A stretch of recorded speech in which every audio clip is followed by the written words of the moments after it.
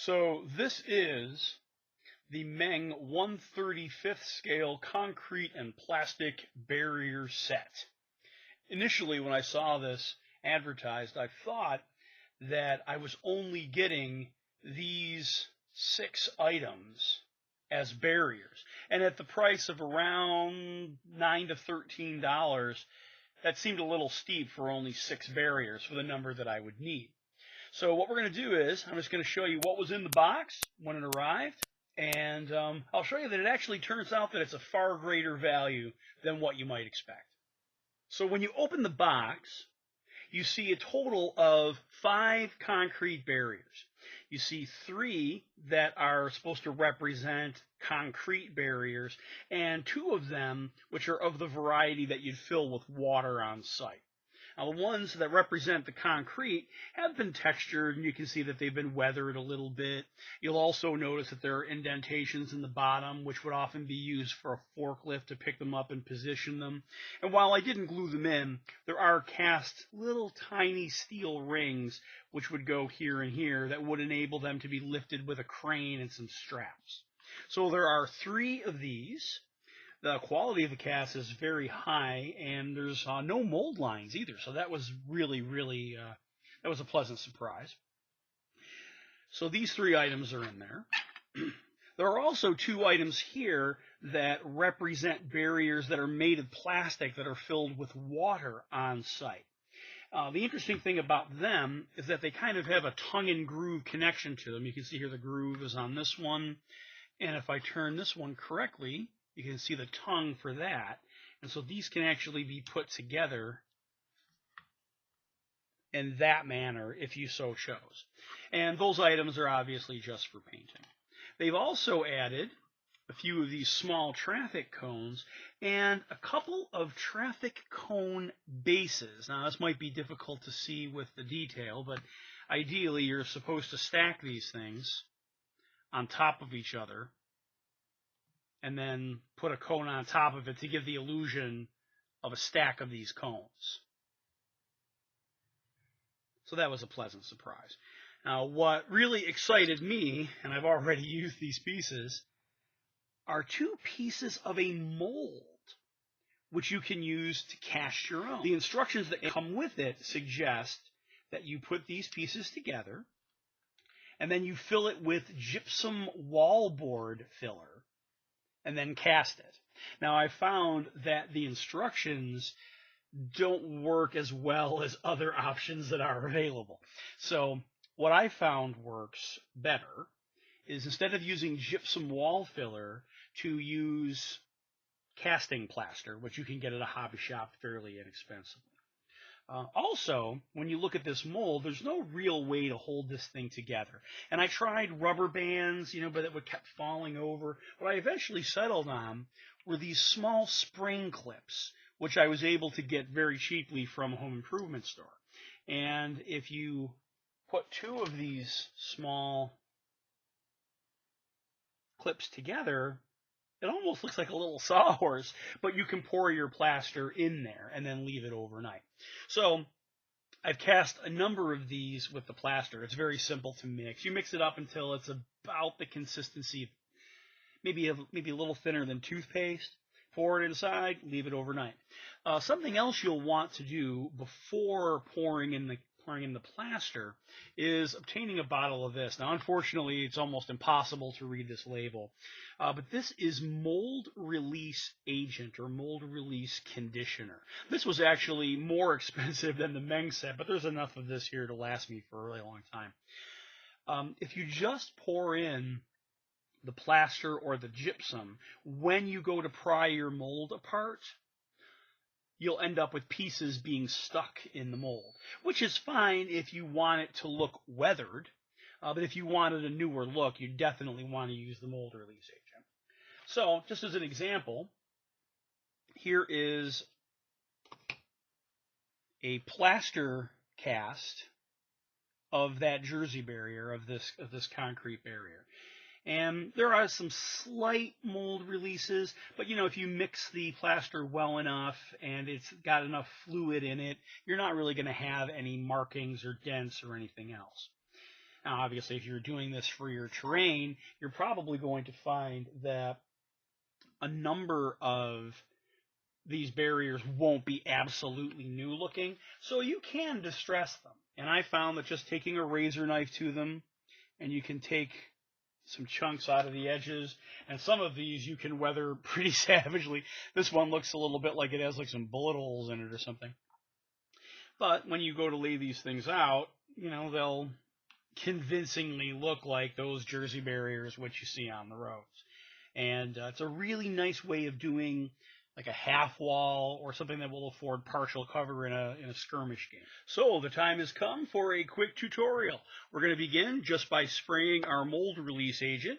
You want to make sure you get it down into all the corners.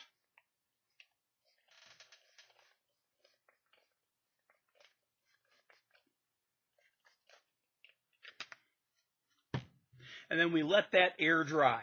Once that's air dried, then we'll move on to the next step and we'll actually pour the plaster. And we are prepared for our next step. The next thing we have to do, now that we have the two pieces of our mold here, and you can see that the mold release agent is dried completely in the air, we're going to put our mold together and we have to find some way to hold this thing closed. As I had mentioned earlier in this video, the most effective way I found were these small, inexpensive hardware store spring clamps. And they create something like this little sawhorse looking effect. So now that our mold is ready, our next step is going to be to prepare our plaster so that it can be poured. For this, we're going to need some plaster. We're going to need a small plastic cup to mix it in. We're going to need a little bit of water, and we're also going to need something to mix it with. Now, customarily, I just use an old plastic brush, which is what we'll use today. So the first step is to put in, and you'll have to just do this by eye based on how much is in your mold, and you end up wasting some of this when you do it, but by the same token, it's so incredibly inexpensive, it really doesn't take that much from you. So you can see that it's white powder that you put in here, and we'll add just a little bit of water to this. Now, you can always add more, but once you add too much, your only recourse is to add more plaster. So we start mixing it up. The consistency that you are looking for is somewhere between maple syrup and toothpaste. And what I have right here is actually a little bit too runny, so we're going to add a little more plaster, and we're going to mix it up again. The idea is that you want it to be liquid enough that you can pour it, but you want it to be solid enough that it isn't going to run through the cracks between the pieces of your mold. And I think we actually have a pretty good mix right there. So we're going to take our mold, and we're just going to, I'll turn it this way, I suppose. We're just going to pour it down inside of there. And you can use your stirring stick to help it down if necessary. Yeah, this probably could have stood a little bit more water.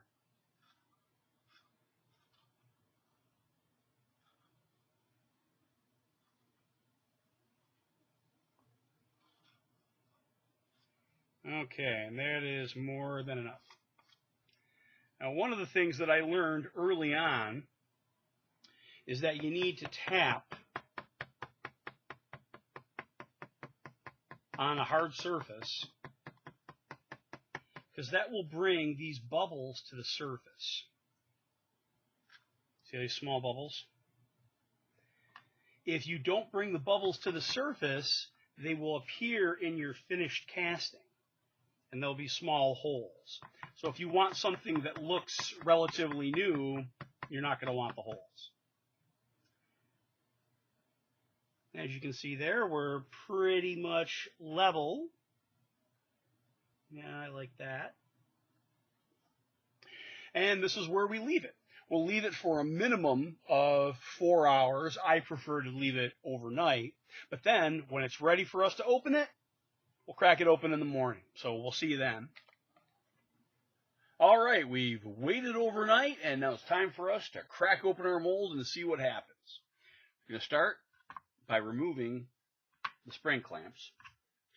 And then I found that if you just try to pull this thing apart with your hands, you'll often break whatever it is you're trying to mold, especially because while the plaster is largely set, it's still wet. You can even feel the dampness when you run your finger on it. So what I'll do, and sometimes it takes a little bit of monkeying around, I will use a razor knife, not the blade edge, but the flat side of the blade, which is thin enough to begin working around the outside.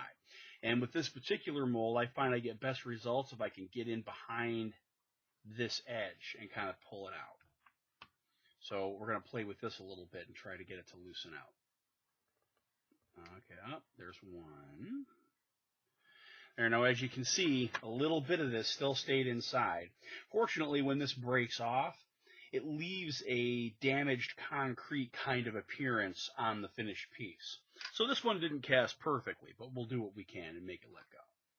So we're going to work a little on this guy, work a little on this guy, and we're going to pull gently from this direction. Okay, almost.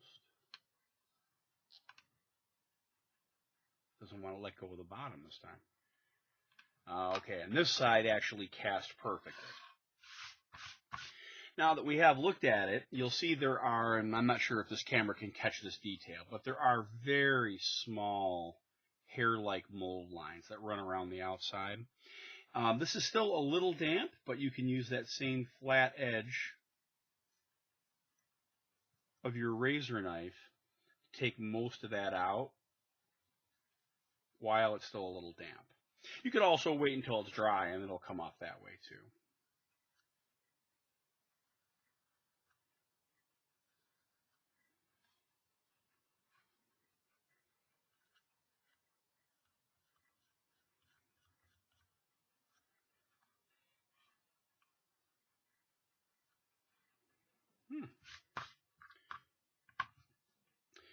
And there it is, a plaster cast 135 concrete highway barrier. So the Meng product works as advertised. Overall, I'm very pleased with the results that I've been receiving. I think you'll have no problem getting good results too. So yeah, this is definitely a product that I recommend. So if you do decide to use it, please make a comment in the video. Let me know what your experience was. If you like this video, please consider clicking the like button. And if you want to see more videos like this, please subscribe to your video. I really appreciate it. Thanks so much. We'll see you next time.